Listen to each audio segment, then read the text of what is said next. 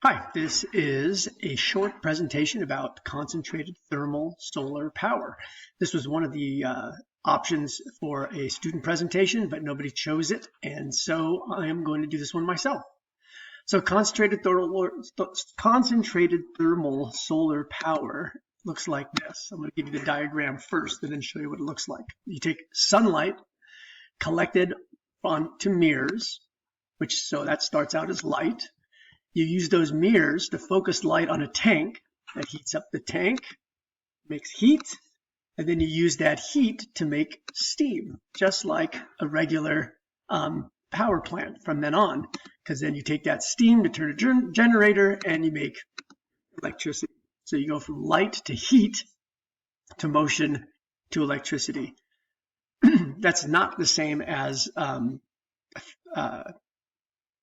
photovoltaic, where you start with light and you go directly to electricity. So let's see what this looks like. This is actually a very huge, installation. All of these mirrors focus their light onto this tower, and that tower right there gets super hot. I mean, really hot, so hot that you can't even use water because the water would just vaporize immediately. So they use a salt solution that gets so hot it can get up to 700 degrees Celsius, and then that heat is then used to heat water. So let's see what that looks like. So over here, that salt is superheated right there, and then you can store that salt in these tanks over here. That's going to come up. That's going to be important. So what do you do with all that heat? Well, through a heat exchanger, you can then use that heat to boil water and make steam, and then that steam generates electricity. So what's the plus side of this? Well, you can store that salt over here and use it to generate electricity even at nighttime.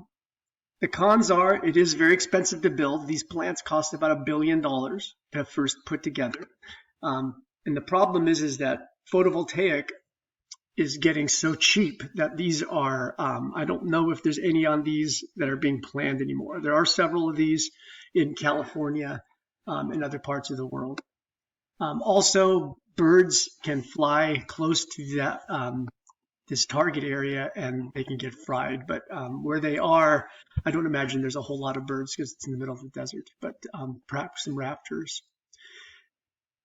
So there is a different version of this. It looks a little bit different, but it's the same concept. So instead of having all of the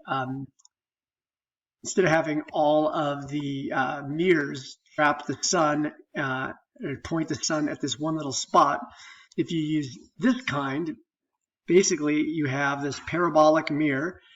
This parabolic mirror, and you have some liquid salt solution going into this pipe.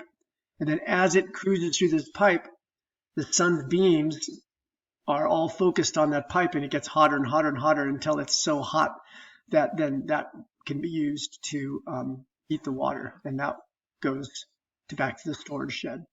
Just another way that this same system works. So that's called concentrated solar thermal power generation.